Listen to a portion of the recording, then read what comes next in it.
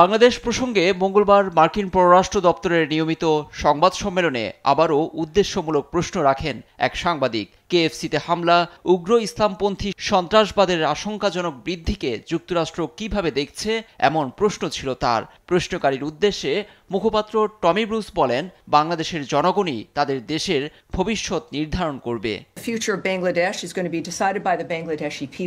বাংলাদেশের অভ্যন্তরীণ বিষয়ে হস্তক্ষেপ না করে আমরা সেখানকার কর্তৃপক্ষের সঙ্গে যোগাযোগ রেখেছি। প্রতিটি দেশের নাগরিকদেরই উগ্রবাদ ও সহিংসতা মোকাবেলা করতে হবে, আর বাংলাদেশের ভবিষ্যৎ নির্ধারণ করবে বাংলাদেশিরাই।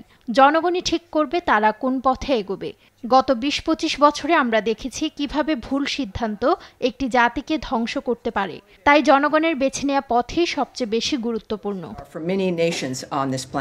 ব্রিফিংয়ে ব্রিটিশ লেবার পার্টির সংসদ সদস্য ও সাবেক মন্ত্রী টিউলিপ সিদ্দিকের গ্রেপ্তারি পরোয়ানার বিষয়টিও উঠে আসে প্রশ্নোত্তর পর্বে।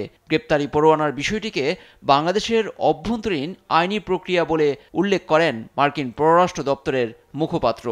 Are a matter for the Bangladesh authorities to handle, and of course talking with them matters a great deal as well.